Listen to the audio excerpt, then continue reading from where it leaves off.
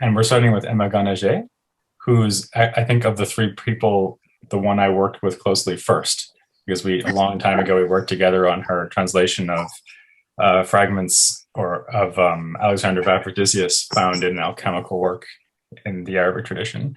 And she's now associate professor of philosophy at the American University of Beirut, I believe, and has worked on a lot of different topics in Arabic philosophy. So in addition to what I just mentioned, she's written papers on Al-Kindi, a subject dear to my heart, and Farabi and Sina, and so on.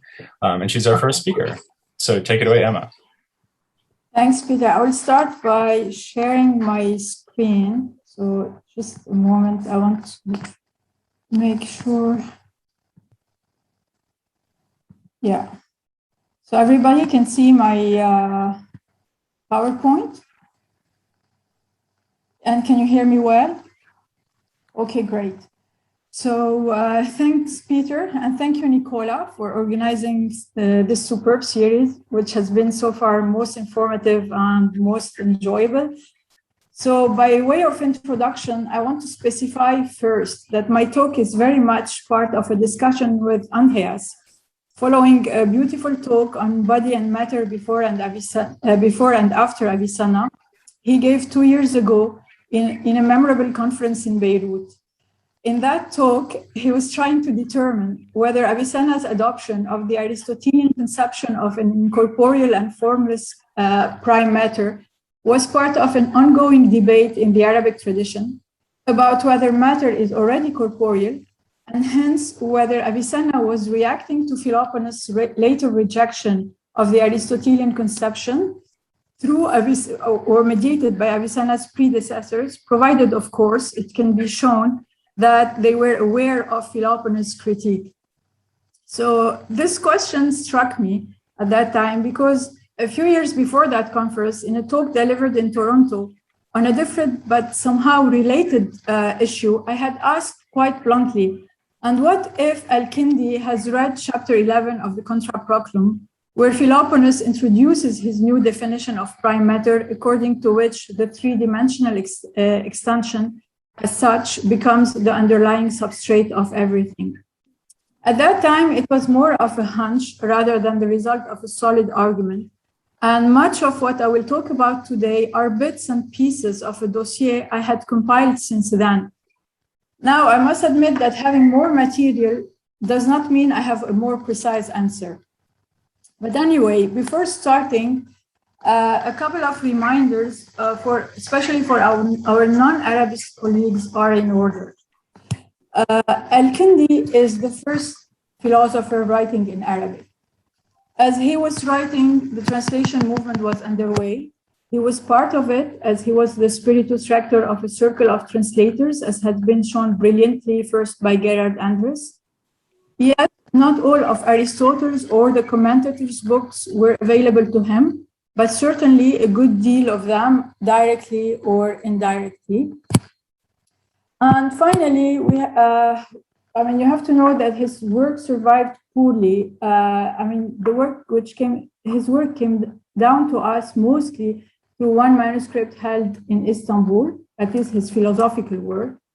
We are mostly dealing with very short treatises or incomplete works, like on first philosophy.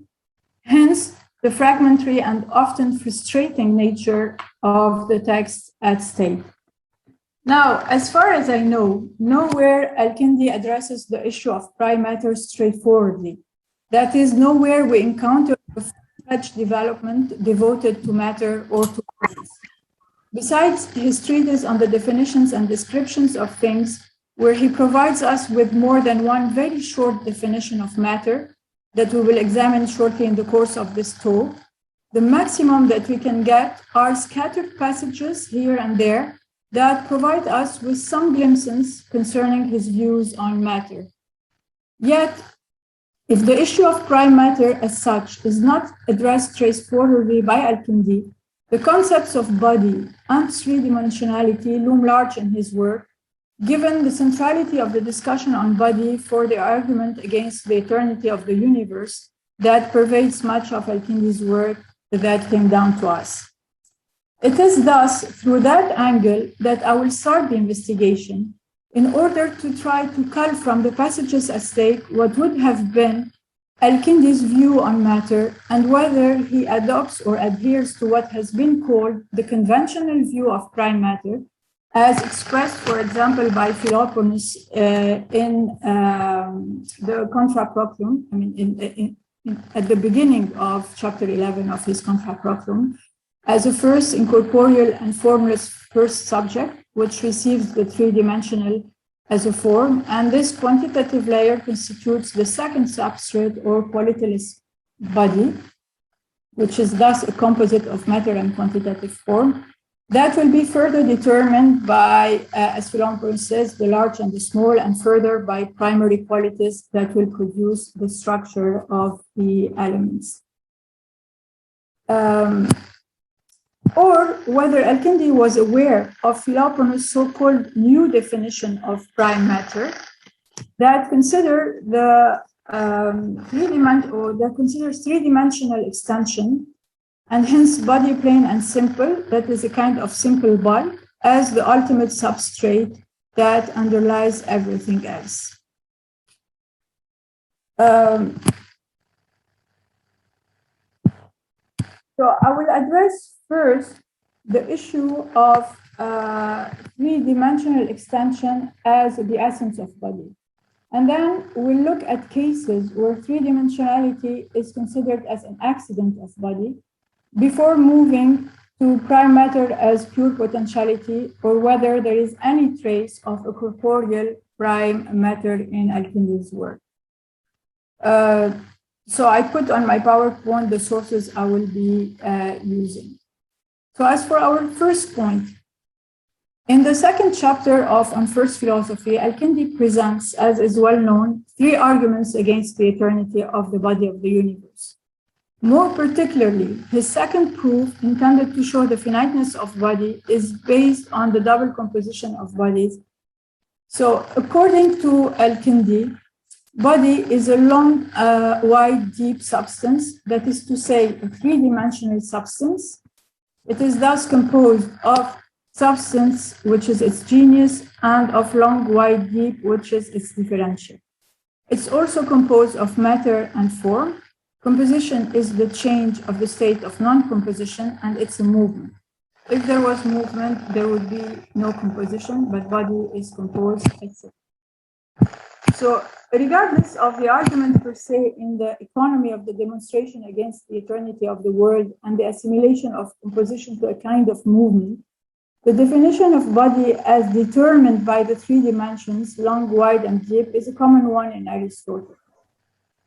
Al-Kindi adopts it in his philosophical lexicon on the definitions and descriptions of things, where he defines body as as that which has three dimensions, length, width, and depth, without, however, further specifying the status of three-dimensionality. It is also in this form that it appears in Book 11 of Euclid's Elements. So our passage emphasizes strongly the composition of body defined from the outset as a substance, as opposed to, for example, being a species of quantity, like in category 6, where Aristotle lists body alongside line, surface, time, and place as a species of continuous quantity. Body belongs to the genus of substance, given its being composed of matter and form. Yet, according to Al-Kindi, it is defined first by three-dimensionality, considered as its specific difference. Hence, a substance is a body insofar as it is three-dimensionally extended. If three-dimensionality is the differentia of body, that means it is constitutive of its essence, as opposed to being an accident, belonging to the category of quantity, and whose subject is a body composed of matter and form. So the helomorphic structure of body is highlighted again in the fourth chapter of On First Philosophy, in a long passage, in which Al-Kindi reiterates and underscores more than once that body is a composed substance, that is, an informed matter, answer musawwar or hayula musawwara, The passage occurs in the context of a comparison drawn by Al-Kindi in order to show that one is not a number, but the principal or most fundamental element, rukn, of numbers. The fundamental element, I quote, the fundamental element of something, rukn al-shay, out of which it is built, that is, out of which the thing is composed, is not the thing. Therefore, if number is composed of units, as everyone agrees, then one is the principal or fundamental element, rukn, of number, but not itself number. Being the fundamental, end of quote. So being the fundamental element of number, one has no constituent of its own. Thus, and here I quote again Al-Kindi, it's not composed and it's distinct from two by virtue of being simple, whereas two is composite, which is composed of one, which is simple. It is thus impossible that some number be simple, that is its fundamental element, by simple I mean not composed of something else, and some composed of that simple, end of quote. Still, and this is where the passage, our passage 4, still one can believe that it is possible for this to be the case with composed substance, al-jawhar al-murakkab, that is body, which is composed of two simple substances, matter and form. For we have said that there are three substances, two simple ones, namely matter and form, and the third composed one, and the third composed of these two. This is informed matter, al-unsur al-musawwar, namely body. But this opinion is false because the comparison is the other way around. For the first simple substance of which body is composed are matter and form. Thus, body, since it's composed of the substances of matter and form, happens to become substances, since it's nothing other than substances, whereas by its nature it is body, that is composed from matter and dimensions, which are its form. It does not happen to either matter by itself or the dimension, which is formed by itself, to be a body on their own, since body is what is composed from these two. So for Al-Kindi, the same way one is a principle of number and not number itself, despite being a constituent of number, likewise, matter and three-dimensionality are the fundamental elements of a body, yet not bodies themselves, despite being constitutive of a body. And the same way number is composed of units, and hence it is units. Likewise, body is substances because it is composed of two simple substances. Accordingly, it can be called a substance because, as Al-Kindi specifies a few lines later, nothing precludes our giving the composite the substantial name and definition of its fundamental elements arkan, given that these are parts of what is composed of them. So as far as we are concerned, this passage confirms that three-dimensionality is the substantial form of a body. Being a fundamental element, rukn, of the compound, its extension must be in it as a part rather than an accident, and must therefore be itself a substance. That entails that the body is essentially three-dimensionally extended, and hence could not continue to exist as a body if its extension were removed. Now, before continuing, a few points of terminology. The components of a body, that is matter and three-dimensional extension taken as a form, are described as rukn, literally pillar, which, given the analogy with one as a principle of number, means here foundation or fundamental elements rather than simply element, which is usually designated by Ostokos, or rather unsur, that, however, Al-Kindi reserves to matter. Rukn is also used in that sense in Al-Kindi's short treatise on why the ancients related the 5 geometrical shapes to the elements, where he says, for example, that triangles are the foundation, rukn, of all shapes with sides or edges.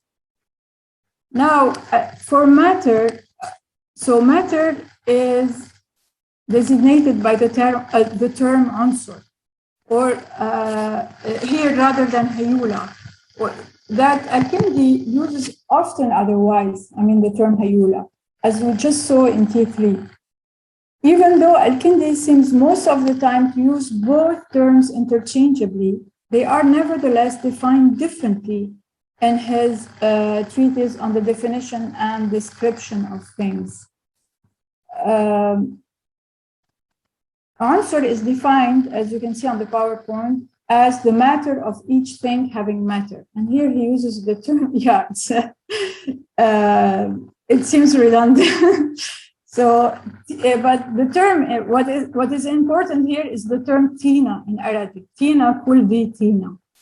So tina refers to an amorphous, malleable stuff, which would be the equivalent of ekmagayon, that is shaped or impressed by the form it is meant to receive. By contrast, hayula is described as the beginning of a potentiality, which is the subject of predication of the form, and it is passive. Now, as a side note, this is really a parenthesis, but it's interesting to have a look at it. As a side note, in his Kitab al-Huruf, in a chapter devoted to the creation of a philosophical terminology, Al-Farabi, almost a century after Al-Kindi, draws attention to this specific problem. And he tells us, the philosophy existing today among the Arabs has been transferred to them from the Greeks. We ourselves find people exaggerating and going overload in holding that philosophical meanings should all be expressed in Arabic. Sometimes they use them homonymously, as when they establish for these two meanings one term in Arabic. Indeed, they call the element ansur, and they call the hule ansur as well. Yet, element is not called matter or hule. Sometimes they use al-hayula, and sometimes they use ansur in place of al-hayula. And this is exactly what Al-Kindi does. At any rate, whether the usage of ansur in our passage is deliberate or random, we should keep in mind its physical nature or stuffiness, since according to Al-Kindi, ansur has the specific meaning of tina. So incidentally, Al-Kindi uses extensively tina to refer to matter in ambiguity of sleep and dreams. Okay, I'm moving to my second point. So by contrast to three-dimensional extension considered as a substantial form, in the third chapter of On First Philosophy, Al-Kindi describes length, width, and depth as accidental parts, juz' aradi, predicated of the essential substantial part of the living body, that is, of flesh, bones, and other parts of the body of living being. So he says the accidental part is predicated of the substantial part. For instance, length, width, and depth are predicated of flesh, bones, and other parts of the living being. Or like color, taste, and other accidents. Actually, aiming at showing that a part is it's not one truly, but only by extension, Al-Kindi takes the example of the body of a living being, which is made up of non-homomerous parts, that is, parts that are different from one another, like, for instance, flesh, skin, nerves, arteries, etc. Such parts are called substantial, jawhari, given that they are constitutive of the body of the living being, and it is through them that it subsists. In which sense, then, length, breadth, and depth are said to be accidental parts predicated of the substantial parts at the same level of color, taste, and other accidents. And how to reconcile such a statement with the mention of three-dimensional as being the form of the body in the passage we just read. So what is at stake in this passage is a physical living body that Al-Kindi identifies by the term badan, by contrast with jirm, which refers to the solid. The body of the living being, badan al-hay, is thus a substance composed of matter, flesh, bones, skin, and form, that is a soul, in the definition of which three-dimensionality is not included. Living beings don't have three-dimensional extension as part of their essence. However, living beings are also physical bodies, and it is as such that three-dimensionality is predicated of their parts, who are being physical bodies. It is thus only a concomitant of the parts of which the living body is composed, since such parts are defined according to their function in the living body. And the soul as the form of a living body is rather defined by nutritive, sensitive, etc. powers rather than by three-dimensionality. So this argument is made clearer in Al-Kindi's short treatise on that there are incorporeal substances intended to prove the soul's immortality. It opens with establishing that that the magnitude that take the three dimensions, العظم الآخذ الأقدار الثلاثة, i.e. length, width, and depth, constitute the quiddity of body. Al-Kindi goes on by specifying what he means by essential. By what is essentially in something, I mean what is such that it is separated from the thing. The thing is, that if it is separated from the thing is destroyed. Whereas the accidental is what can be separated from that in which it is without the latter being destroyed. If life is in the living being essentially, then when it is separated from the living being must be destroyed. However, the body which we find to be living or non-living is in each case a body, since when life is separated from it, its corporeality is not destroyed. Therefore, it is clear that life is in body accidentally and from something else. So corporeality is independent from life, and hence we can understand why the same three-dimensional extension is an accidental part of the living body, qua-living body, since it's not essential to the living body, while it is essentially constitutive of the body qua-body.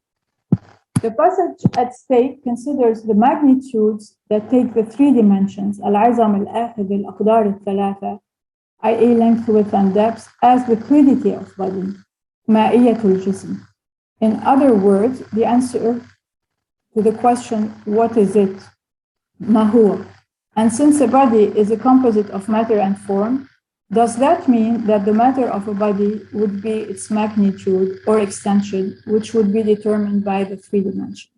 And here I'm moving to my third point, prime matter as a potentiality.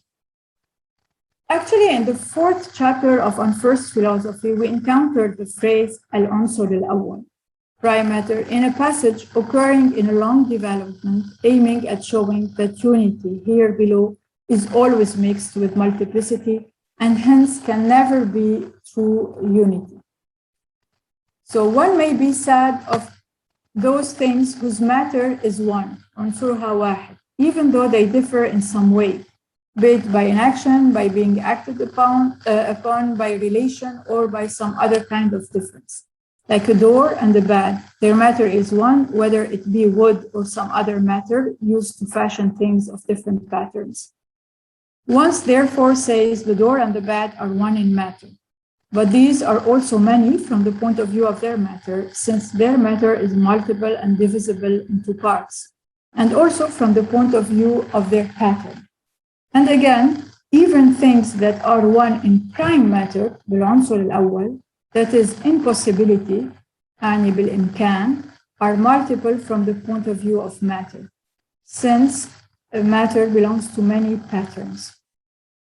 So here, prime matter is clearly distinguished from matter to kur, the latter being characterized by divisibility, while the former is defined by potentiality. The multiplicity that affects it is due to the multiplicity of forms that it includes potentially. Muthal is usually the term used to refer to the Platonic forms, and here it refers, of course, to the form the craftsman has in mind when fashioning such or such bed or door. The description of matter as a potentiality rather than extension is Aristotelian and concurs with Al-Kindi's definition in his philosophical lexicon on the definitions and descriptions of things that we mentioned at the beginning of this talk, that is, matter as the beginning of a potentiality, which is the subject of predication of the form. However, and I'm moving to my last point, in an additional manuscript in which the same treatise has been transmitted under a different title, that is Risala fil Asma al-Mufrada, and increased by 33 definitions, we find yet another definition of matter which reads as follows, and I owe this definition to Andreas. So the definition of matter from the point of view of teaching is that it is a receptive power for different forms, and its definition from the point of view of its natural character is that it is a body for a raw, untreated or unprocessed material, likham. This is the word actually, providing subsistence to the essences of all concrete individuals. And I provided here the Arabic because it's problematic. So the definition needs unpacking. If the first part corresponds to the Aristotelian conception of matter as a pure potentiality, the second part, defining matter from the point of view of physics, is more original and seems to point to more than one layer of corporeality. The first layer seems to be a corporal matter. I mean, Kindi says it clearly, jism. He calls matter a jism, led for a kham, li kham, which should be the second layer, constitutive of the essence of concrete individuals, the third layer. Now, what does kham stand for, or which reality does it refer to?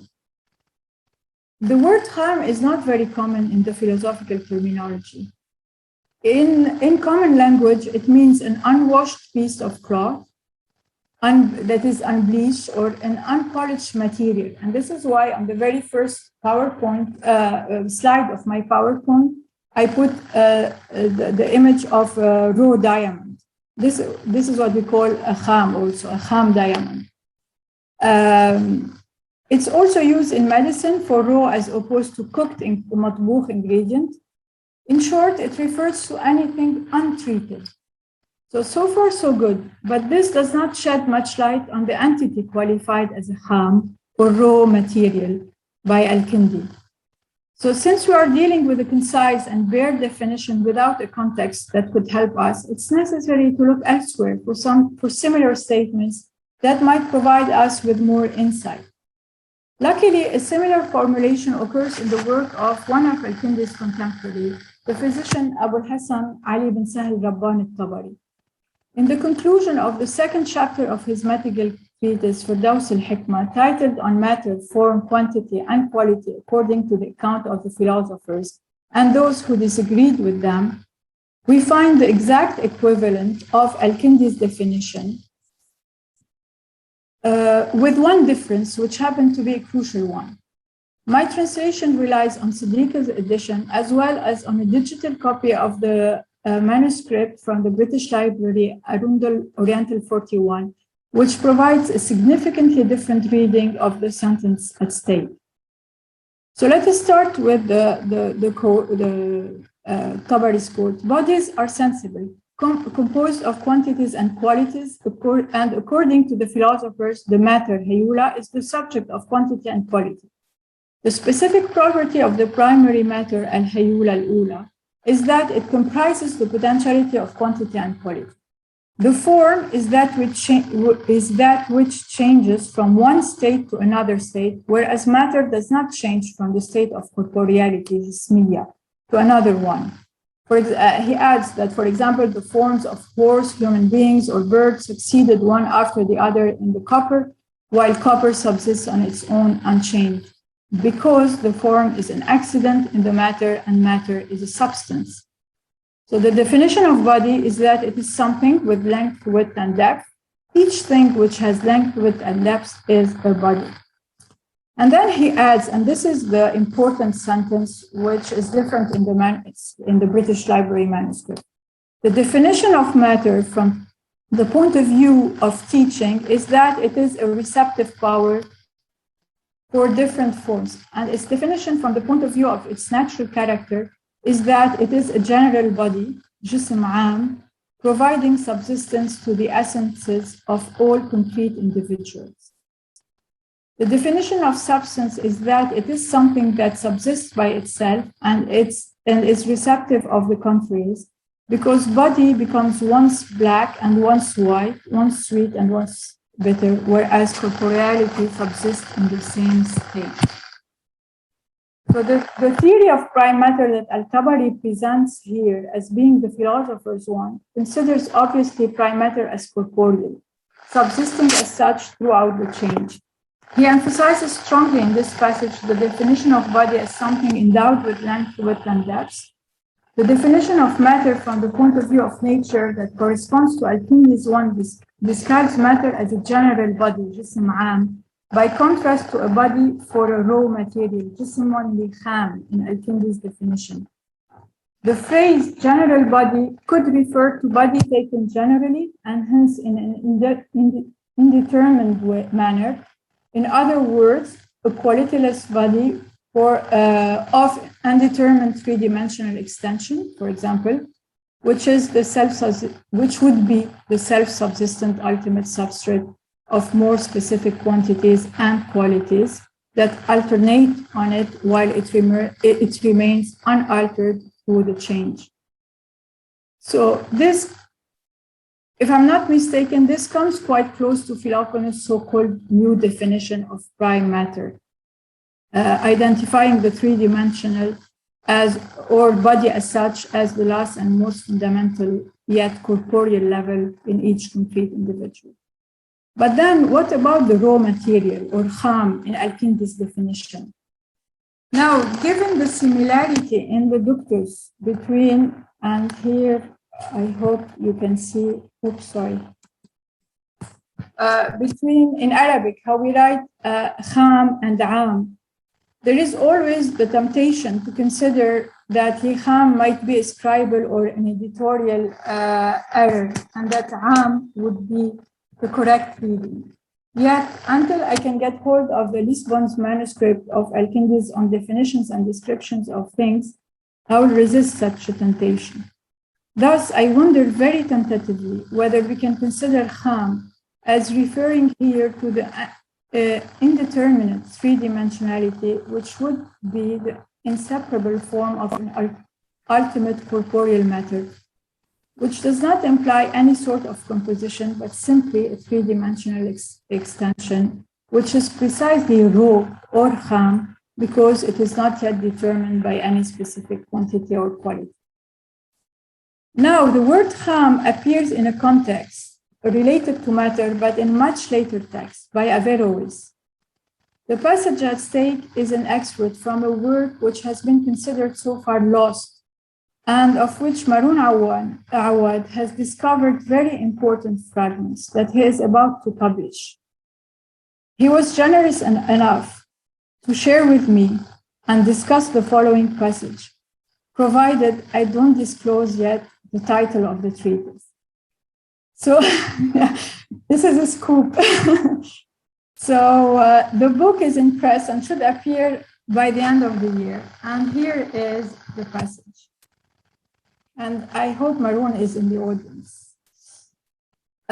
Since matter is a cause of the individuals, they do pass away because they are resolved into the matter from which they have been composed, like the clay statue which passes away into the clay, and the passing away of the circle which is from raw material, min kham, onto copper, and the passing away of zayt into the bones and into the bones and flesh from which it has been composed, and likewise the circle into parts or segments. So quickly, the passage is part of an exegesis on Aristotle's Metaphysics Decca 10, a much debated chapter on the definition of composite things, and whether it should, the definition of composite things should mention only the form of the composite or should make explicit reference to the matter. The topic is way beyond the limits of this tool. However, by the end of this chapter, Aristotle further specifies in which sense matter is called part of the thing and hence should be included in its definition. I will just read the few lines that are important for us. Those things in which the form and the matter are taken together, example, the snob or the bronze circle, pass away into these material parts, and the matter is a part of them. Therefore, these materials are principles and parts of the concrete things, while of the form they are neither parts nor principles.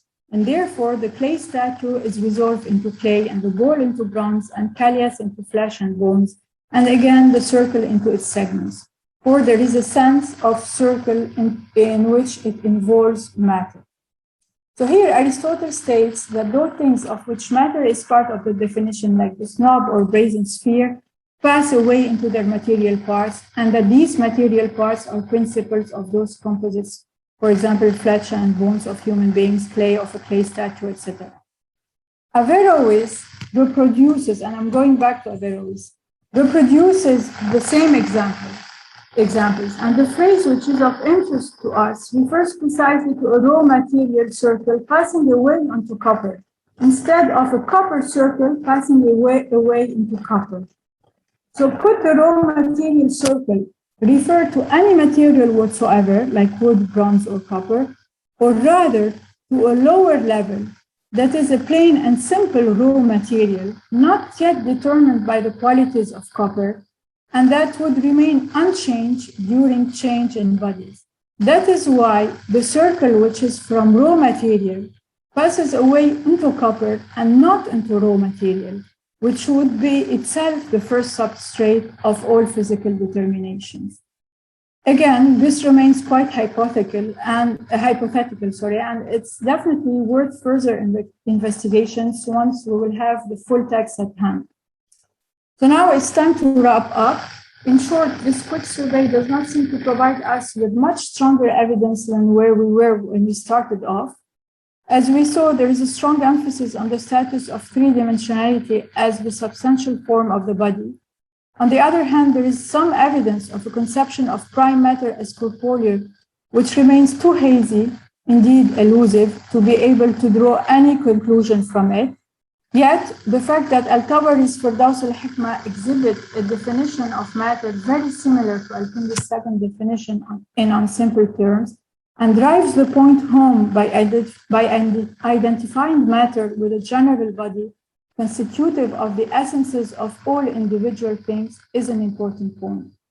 What remains to be done is maybe to investigate further the work of Al-Kindi's close contemporaries in order to try to have a better grasp of the discussion going on at that time around such issues, and that might have informed his own views. Now, as far as Al-Kindi's own work is concerned, it remains to investigate a few more concepts that might yield some interesting results, among which the very concept of extension, or mudda in Arabic, which looms large in Al-Kindi's work. Although it shares the same etymological roots than madda, matter, it is generally used by Al-Kindi in connection with time and denotes a temporal extension. However, it can be used by him in a more general and hence ambiguous way, the fact which led Jolivet and Rashid to translate it more or less systematically by extension rather than duration, like in the following sentence. There is nobody without extension, since extension is what is that in which there is existence, etc. I will let you read it. This discussion is also related to the way Al-Kindi understands creation, and the latter might need to be taken into consideration in a discussion on prime matter. Thank you very much.